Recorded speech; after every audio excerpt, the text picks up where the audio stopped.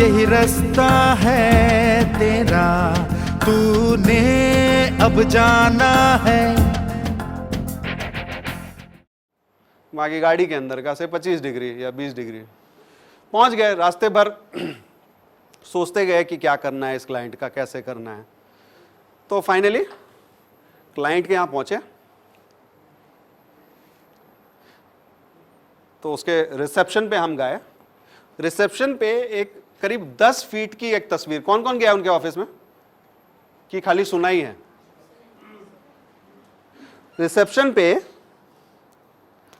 एक 10 फीट की तस्वीर, ठीक है, सारे ध्यान दीजिएगा।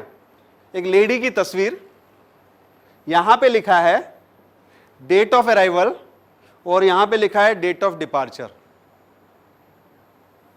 और ऊपर लिखा है आत्मा कभी नहीं मरती, सदैव अमर रहती है। अच्छा, जैसे ये फोटो देखा और मेरे बाजू में मेरा बॉस, मैंने कहा सर पढ़ा आपने? तो बोला क्या? मैं कहा सर डेट ऑफ डिपार्चर लिखा है उधर। मैंने कहा दिए भी जल रहे हैं। बोला मतलब? मैं कहा सर अपना भी फिक्स्ड ही है, डेट ऑफ डिपार्चर तो फिक्स्ड ही है ना। मैंने कहा खां मगर आप टेंशन लेते हो टारगेट का, अपने टारगेट अचीव करें ना करें, डेट ऑफ डिपार्चर तो फिक्स्ड ही है। बोला क्या बात कर रहे हैं? बोला सेल्स कॉल के बाद मिलता हूं तेरे से। तो मैंने कहा सर इतना चिंता मत किया करो, take life enjoyfully, enjoy your life. बोले यहाँ टेंशन में है, वो मुंबई से मैं आया हूँ एंड यहाँ से तू आया है and then finally suppose to meet the client. मैं सर उससे भी मिल लेंगे। तो बैठे थे तो general manager and the director of the organization. बाद में इस वाले पोर्शन को एडिट करेंगे क्योंकि क्लाइंट का नाम ले लिया है मैंने, ठीक है ना, याद रखना। I shouldn't have taken the clients name, ठीक है। तो फाइनली बैठे, साहब आए, डायरेक्टर साहब। बोले हाँ जी हैरी जी बताइए कि क्या है। तो मैंने बताया सर मैं ये जो मेरा प्रोडक्ट है इसमें करीब 25 एक बेनिफिट्स मैं आपको दे रहा हूँ। कितने? 25 एक बेनिफिट्स, ये बेनिफिट, ये बेनिफिट, ये बेनिफिट, ये बेनिफिट, ये बेनिफिट। इतने बेनिफिट गिनवाओ ना, उसको हैरान कर दो धरती पे, ठीक है। और मैं तो टिपिकल सेल्स वाला, तो गिनवाते गिनवाते उस समय उस ऑर्गेनाइजेशन की बिलिंग जो हमारे यहाँ होती थी लगभग 5 लाख रुपए महीने की होती थी। कितनी? 5 लाख रुपए महीने की बिलिंग, यानी साल की 60 लाख रुपए की बिलिंग, ठीक है। अब 60 लाख रुपए की बिलिंग होने के बावजूद हमारा जो प्रीमाइस था मीटिंग का कि बॉस इसका 15 से 25% रेट बढ़ाना है। क्या करना है? बढ़ाना है। यानी कि अगर 60 लाख रुपए उसका बिलिंग होता था तो कम से कम 9 लाख रुपए बिलिंग तो कॉस्ट में बढ़ना चाहिए, ठीक है। यानी 69 लाख तो इसका बिल आना ही चाहिए मिनिमम, 15% के हिसाब से, 25% के हिसाब से 15 लाख रुपए बढ़ना चाहिए, राइट। इतना हमको इससे फायदा लेना है इस क्लाइंट से। तो मैंने ये सारी बातें बताई कि सर ये 25 एक पॉइंट्स हैं। तो वो मेरे को बोलते हैं रेड वाला पेन कहीं रख दिया क्या? ध्यान दीजिएगा ऑब्जेक्शन हैंडलिंग कैसे होती है, ये भी लाइव है और ये किसी किताब में मिलेगी भी नहीं आपको।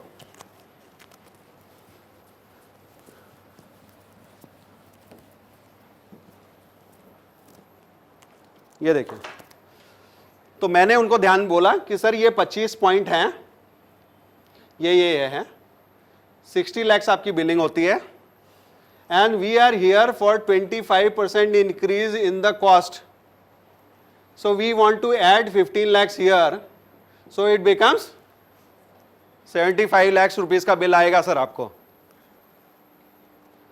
डायरेक्टर साहब एज यूजुअल डायरेक्टर बनाया गया, उनको तो कुछ तो खूबी होगी।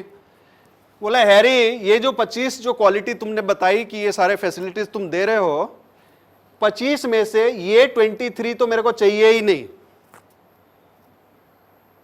और ये जो 60 लाख रुपए का बिल है ये 30 लाख रुपए हो जाना चाहिए।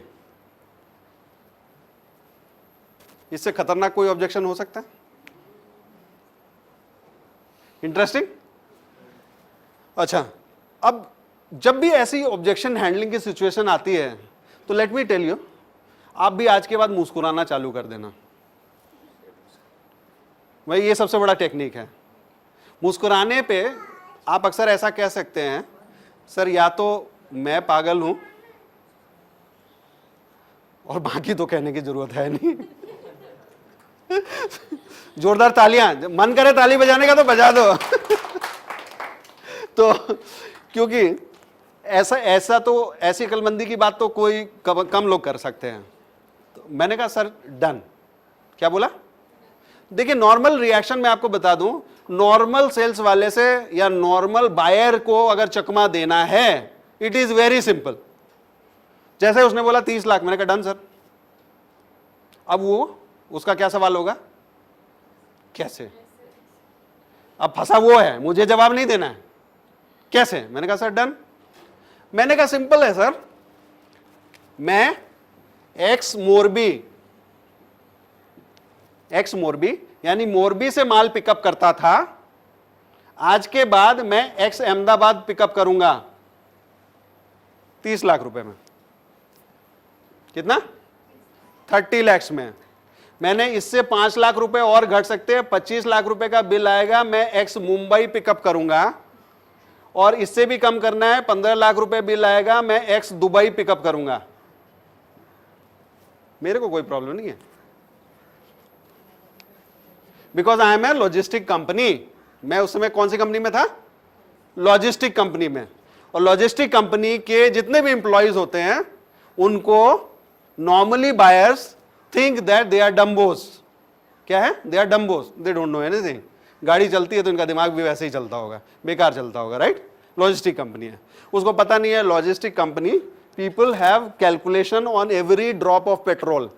किस पे? हर एक बूंद पे हमारी नजर रहती थी। तो मैंने बोला सर कोई प्रॉब्लम नहीं है, दे दीजिए। अब वो कंफ्यूजन में आ गया, बोला यार अहमदाबाद में हम क्यों दें? तो मैंने कहा सर अहमदाबाद तक जो गाड़ी जाती है तो आपको भी मालूम है कि मेरे घर से तो चलती नहीं है। बिजनेस के लिए चलती है, आपका सामान उठाती है, अहमदाबाद तक जाती है, उसका जो बिल है वो माइनस हो गया। और क्या भाई, आप कहना यही चाह रहे हो कि 60 लाख रुपए जो जिस चीज का देते थे उसका आप 30 लाख रुपया देना चाहते हो, तो बाकी जो 30 लाख रुपए है तो उतनी सर्विसेज तो कम करनी पड़ेंगे। आपने पहले ही बोला 23 पॉइंट माइनस कर दो, तो बड़े प्रॉब्लम में फंस गया। तो मैंने कहा सर पानी पी लें, थोड़ा चाय वाय कुछ? बोला हाँ चाय। मैं कहा जब तक चाय आती है कॉफ़ी भी मंगवा ही लेना, क्योंकि ऐसे ऐसे सवाल हैं आपके, तो ये इतनी जल्दी तो निपटने वाले हैं नहीं। So always speak something which is beyond somebody's imagination. जैसे ही चाय की बात हुई तो मैंने क्या बोला? कॉफ़ी भी मंगवा ही लेना आधे घंटे के दौरान में। तो मैंने असल मुद्दा क्या है, आपको अपना 30 लाख रुपए का इनकम बढ़ाना है या हमारा 45 लाख रुपए का नुकसान करवाना है? मुद्दा क्या है वो तो क्लियर हो जाए ना पहले। तो बड़े सोच में पड़ गए। मैं कहा मेरा नुकसान आपका मुद्दा तो नहीं है? बोला ना ना नॉट एट ऑल। मैंने कहा मेरा नुकसान होगा ही तो मैं फिर बिजनेस ही क्यों करूंगा? बोला नहीं वो तो मुद्दा नहीं है। मैं कहा फिर मुद्दा क्या है? अब उसको actually you will have to clarify कि भाई तू ये जो बातें कर रहा है तो क्यों कर रहा है? Do you think I am a nonsense? और वाइस वर्सा। तो बोला नहीं आपका मुद्दा नहीं है। मैंने कहा सर मैं आपको एक, चूंकि आपने ऐसी बात छेड़ी है, I would certainly give you a wonderful solution. बोला तो वो क्या दोगे? मैंने कहा मैं ऐसा सोच रहा हूं सर कि if I give you an idea and suggestion, सारे समझ पा रहे ना विद मी सर? हाँ, मैं ऐसा सजेशन दूंगा जिससे आपकी इनकम 2 करोड़ रुपए बढ़ जाएगी। तो उसका क्या सिचुएशन होगा? कई रीते।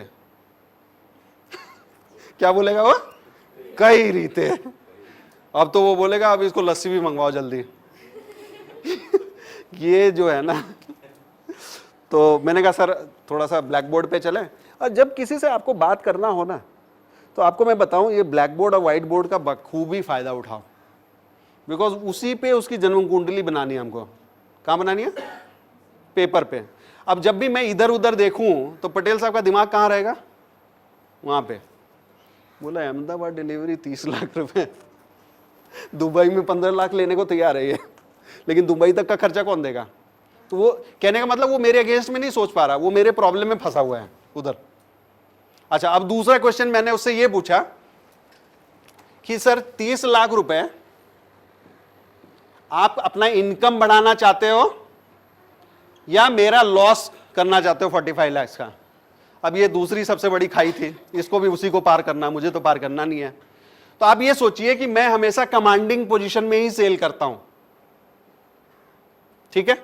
और ऊपर से मैंने क्या बोला कि सर आपका 2 करोड़ रुपए का इनकम मैं बढ़ा देता हूं। बोला कई रीते। मैंने 2 में से मेरा 45 दे देना।